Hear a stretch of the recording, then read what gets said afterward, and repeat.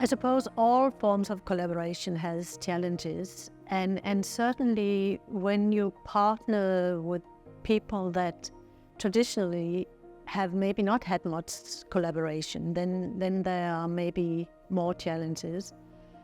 From the academic perspective, I think a lot of academics will sort of probably feel a sense of loss of control, because it is about sharing, really, sharing with other people, sharing in decision making, and you may not always agree.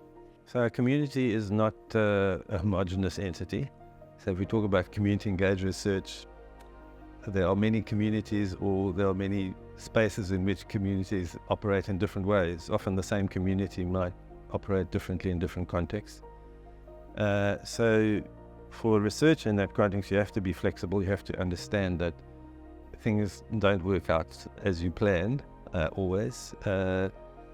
You have to be willing to think about yourself in a different relationship to people you normally do research with, and recognize that they have agency, and supporting their agency is important to the research process. And if you don't do that, you end up in a situation where people might not be hostile, but they just might lose interest, and your research goes nowhere. You're also working in communities in South Africa, and I mean it's true around the world, but certainly in South Africa, where there are very high levels of violence and conflict. And so your community partners might, 1 week be there for the project and the next week gone, because they have to deal with terrible things happening in their homes, or the taxi rank, or the family members killed because of gang violence. And then of course you have to be there for them. You can't just sort of treat them as, oh, I'll wait for you to recover. So it demands a lot of you as well to work in that kind of space. Mistrust obviously is an issue, and it is very important that if you want to do community engaged research, you need to be aware of that. You need to be aware of people's previous experiences, and you need to find ways of building trust, and that takes time. So I think if students or researchers want to work with communities in a way that fulfills sort of the ideas of community engaged research, they need to be reflective of their own positionality. So what they bring and how that might influence how they relate to people. They need to be able to recognize the agency of the people they work with.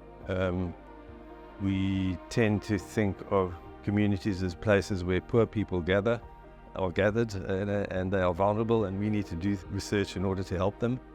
Well, that might be true in some sense, but that's ignoring their own agency to find their own solutions, and research can help them find their own solutions, and their participation can strengthen their agency. An important component of community engaged research is also that you capacitate community members. So it involves a lot of training, it involves a lot of discussions, it involves a lot of negotiations, because one of the not barriers but challenges is obviously also that the two partners may come with different expectations, different needs, etc., and that all needs to be negotiated. I think it's also very important that you acknowledge that you come with a set of skills, but so do your community partners.